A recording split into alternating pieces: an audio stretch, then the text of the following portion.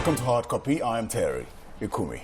Now, a few days ago, the BBC released a documentary exposing lecturers who engage in sexual relationship with their students, promising them grades. Perhaps the most disappointing part of that video was the fact that the lecturer was making sexual advances towards whom he thought was a 17-year-old girl seeking admission into the University of Lagos. Now, that video birthed the hashtag #SexForGrades and has seen many present and past female students call out more lecturers who engage in the disgusting act.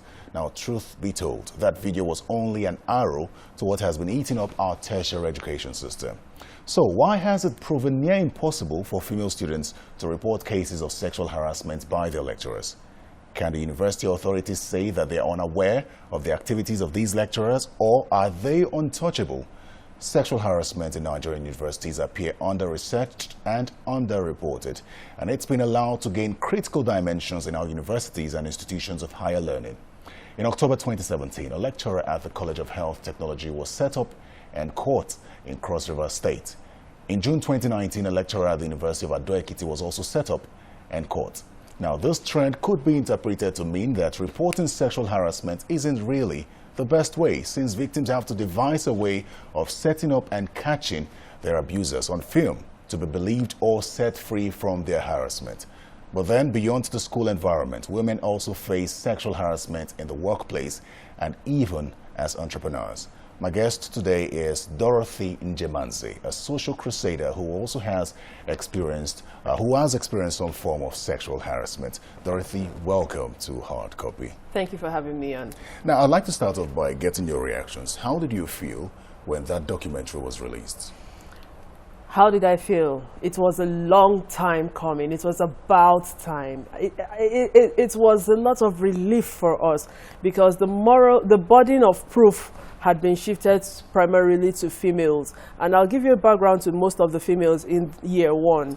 They're from, majority of Nigerians' population lives below the poverty line. So that tells you the realities of those who are coming into school. They don't have sophisticated devices. I bet so many users of cell phones today who have used for long times do not know where the recording button is on their devices. They're not prepared to document just in case there's need to get evidence. They're not thinking of these things. They go in with open hearts, hoping that they're going to safe spaces. And so the amount of abuse they meet is usually overwhelming. We have religious places up till today that's called, they have Sunday schools and Islamia and different kinds of things, and they don't have sexual harassment policies. Even regular schools don't have sexual harassment policies. What they have are 2 or 3 sentences that shift the burden of sexual harassment to female students. And so they presuppose that what they have there are things to tell female students what to or what not to wear in order not to attract sexual harassment to them. Nobody attracts sexual harassment to themselves. Nobody. That's something I think we'll dwell on eventually. But let's talk about your experience now. Have you had any experience of sexual harassment, or did you have any sexual experience of sexual harassment while you were in school? I did have experiences of personal sexual harassment and then sexual harassment of my friends. There was one particular friend of mine. It was so bad then that when we went to the biggest restaurant in town at the time, as students, I mean, it took a while to be able to save up to eat in those kind of places. The food is yet being served. Once she cites this lecturer, she takes off because he'll come and tell her, "You are still here. You are still here. All I want is for you to come and hold table. You're not the kind I want to take to hotel. Come and hold table." Publicly? Yes, he says it, and he says it without impetus. Guess what? He's still in the school. He's not just still in the school. He's leading a department now in the school. And he is, they're different. Some people, had subtle harassment that they meted on students. Some people were very hostile, openly hostile, and they didn't care about it, and they'll tell you. Then the issues of missing scripts. Oh, very, very common. So just like that, you hear your script is missing, and so you're expected to locate the lecturer if you're serious, to go and figure out if mistakenly your script was mixed with another department or the script of another year. And so it meant that you had to go and make out time that is going to make you put you in the same space with this person, and you'd eventually be given time based on the convenience of this person. So both of us could need to look for our missing scripts, and you get Monday to come in the morning, and I get Tuesday to come in the afternoon. I just have to do what the lecturer says, or he won't give me attention. But as a serious student, I don't want an extra semester, I don't want an extra year. So I would go when I was told to come. Why does it appear as though the victims are not reporting this? Victims have been reporting since now. Aside victims reporting, people were not believing victims. And the next thing was, how do we know this is happening? How sure are we you are not the one seducing? We started hearing more narratives of, oh, it's not the students that are being harassed. It is the lecturers that are being harassed with the dressings of the students. I dare to remind everybody that the moral obligation of self-control is on every individual. Guy, you look awesome. I find you very attractive. But as attractive as I find you, the onus of self-control is on me. I'm supposed to control myself well enough so that even if I want to tell you that you look attractive, I'm not scaring you. And so where it happens, so it means that the emotions of women are so far back relegated that now it's not about to be that the only people who could possibly be attracted for any reason are men. No, women get attracted. Human beings get attracted. In this cycle of sexual harassment, females are more harassed than males, but males are harassed. Males are harassed by females and males. Females are also harassed by females and males. There's a higher reportage of females being harassed by males. So, but these things have been happening, and schools have not been taking them seriously. Our schools, in the first instance, have not had effective legal framework for prosecution or for addressing sexual harassment, because until those two insolent sentences go away from people's handbooks under the guise of sexual harassment policies. A sexual harassment policy is supposed to be all-encompassing. It's supposed to tell you the different kinds of sexual harassment, the physical ones, the verbal ones, and all those things, and what to do, who to go to, what your options are. Some people want to go legal. Some people don't want to go legal. Some people want to depend only on the legal system within the school. Until that happens, schools do not have sexual harassment policies. World-based standards exist. And until our schools get to that point, our schools are failing us. Until the regulatory bodies, I don't know what they're regulating. It does appear as though because of the lack of action taken by the universities, students are now beginning to take it into their hands, and exactly. That's why they have had to set up different people and film them.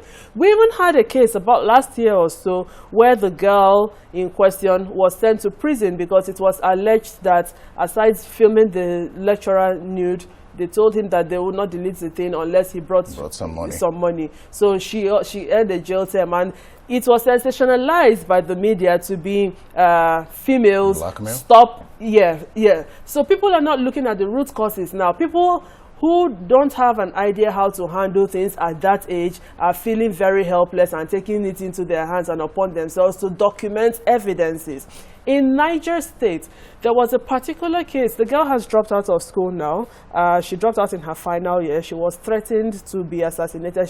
They threatened they were going to publicly rape her and kill her. And in her case, the lecturer came to her room, got completely naked. He didn't know that she had planted people around. And by the time he found out, he tried to rush for his clothes, and they put his clothes in the bucket and somehow water poured. So that particular picture is on the internet where he was holding a mop. Until today, the Niger State, that particular university in Niger State has done nothing about it. In Abuja, a particular university that we engaged in our office over a case of attempted rape, this thing happened when the people in question, the male and the female, were in their first year. Till now, the university has done nothing in response to us. So it tells you that there's this lackadaisical attitude, and when the universities eventually seem to indicate interest. The first question they're asking is, what was the girl doing? Why did it come upon her? Is she the only girl in the school? Why only her? All those kinds of things. Some persons I've spoken to on this have said that we cannot ignore the fact that there are some girls who go to school with the mindset that they don't need to study to pass, so all they need to do is sell their body. So maybe that has changed the mindset of the lecturers to think that they could do that to every other girl. Now, that probably could be informing, because you also are aware of the professor who talked about sexually transmitted degrees. Yes. Now, see, in a situation where you are not supposed to have sexual relations with your students, it doesn't matter what the surrounding circumstances are. You are not supposed to do so. Some schools even went the extra length to say if you must have those kind of things to prove it is consensual between adults, report to the school. So until you have done those things, it's backyard business. Any lecturer found doing backyard business is a criminal and should be given due prosecution. Do you like the action taken by the University of Lagos and that of Ghana on the lecturers that were caught? University of Lagos has been a very big hypocrite on this issue, because as far as I'm concerned, the university has been getting that report. That was not the time this video went viral. Is not the first time the university heard about it. While the video was in production, which took over a year to make, the university was engaged. I don't see, you see, it's only when stories go viral that schools seem to act, and that's what has led so many students to record and put on social media. And now we found out that what was happening was schools were going behind to support lecturers to claim it was cases of blackmail or activate cyber bullying actions against them, you know, criminalizing, putting up their nudes on the internet. But that's the only means available to students for justice. We don't have systems that look critically. So for me, the question is it possible that somebody may come up with a false allegation? Yes. But how do you know what allegation is true or false when you don't even have a system in place that checkmates allegations? You treat every system with a blanket, under blanket coverings as against based on merits, individual merits of each story. What happened in your story? You get the facts and you process them. What happened in this story? Now, from the different stories, we can draw similarities or differences, but each story is unique in its own way. I remember also when I went in my not JSS1, in my year one in the university.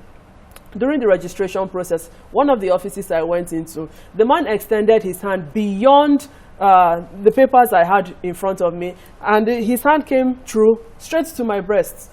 I slapped him. That was reflex action. And then when we went for the medicals, the x-rays, that was another place I was fondled.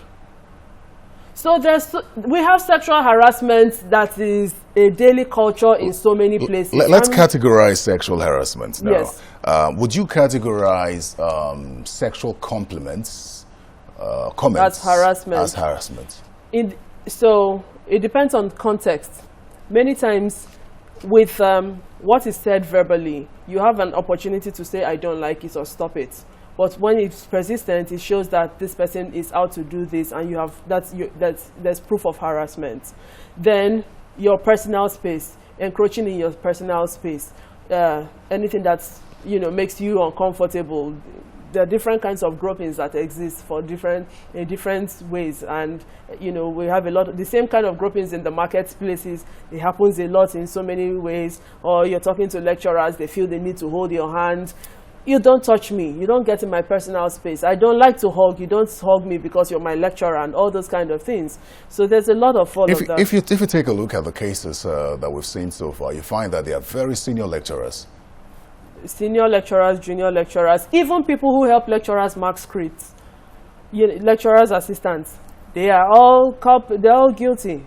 There's so many reasons, and I mean, the first thing you need to do to be targeted in many situations is to be an attractive girl. That's all. And then this idea now of, oh, the person must have been a dullard, the person must have been not so bright, and that's why she went after the lecturer looking for marks. People are putting everywhere. I was never one to be called a dullard.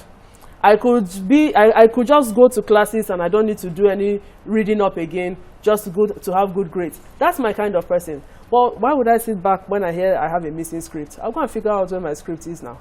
Let's talk about reporting now. The United States has a law, it's called the IX law, which allows you to report to to the authorities. And if that fails, you can institute a lawsuit. True that.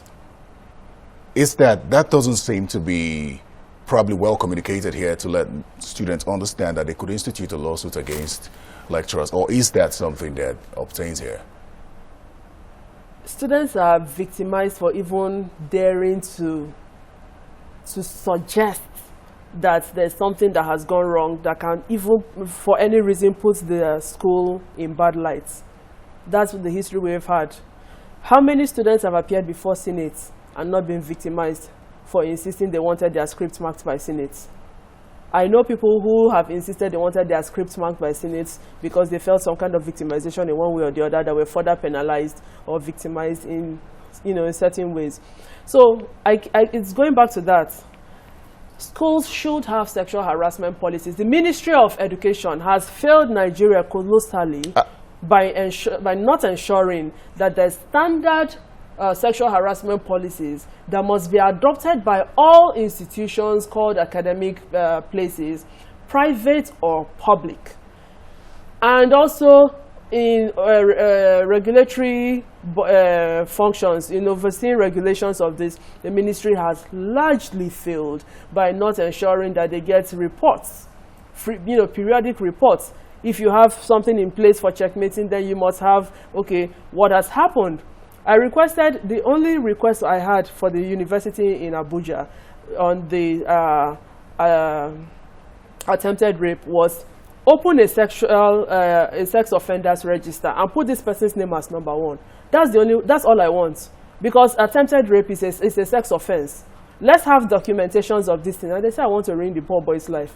He didn't know he was poor before. He ruined his life by himself. I didn't take out his actions. So the moral victims and people pursuing justice are trying to be blackmailed consistently, especially also using religion into feeling that. That's why I asked if instituting a lawsuit, filing a lawsuit against. Very important. It's very important, but it doesn't seem, we don't see that happen. Who is going to foot the bill?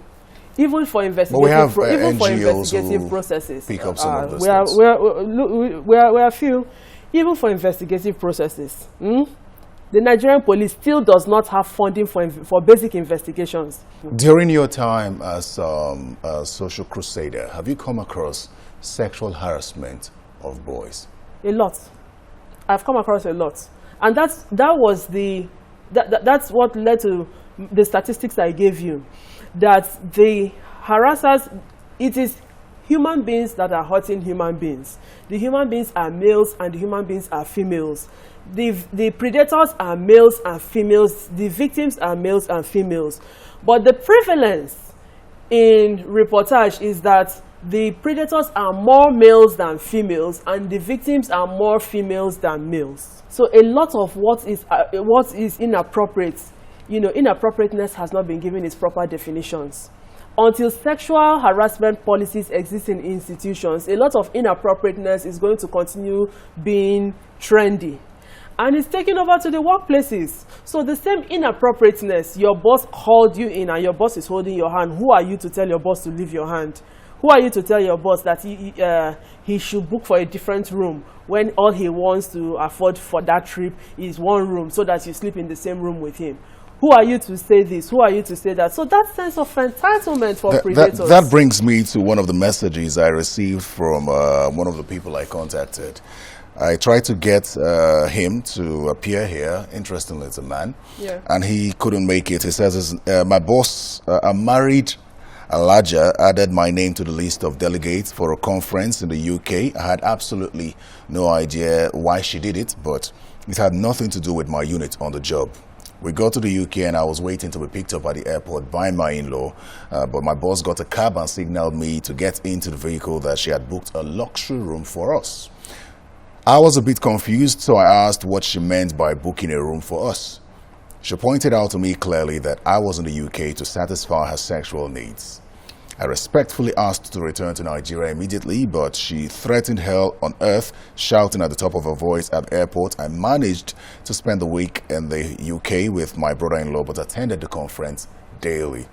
I returned to Nigeria, and it's been a nightmare at work since then. Clearly, this is a boss that doesn't have maybe the power to fire him, or is still hopeful that he will change his mind. So in this case, who should this worker run to, or how should it be handled? The question is, within the organization, what is the sexual harassment policy? Our personal, my organization canvasses right now that the Corporate Affairs Commission should have a prerequisite for registration of companies being a sexual harassment clause, at least. Mandatory reporting of sexual harassment. That way, there's a legal framework for employees to latch onto. For now, there's nothing. There's really nothing. And in so many cases, especially in private firms, it doesn't make sense to put in something that is going to criminalize you because you know what you're going to do. So you take it out. And you tell them, okay, you want to work within the internal systems. Is this enough for an abuser to be fired or, suspended? Is that enough? In schools, in our secondary schools, many abusers are just transferred. So that's new ground. They go and start all over.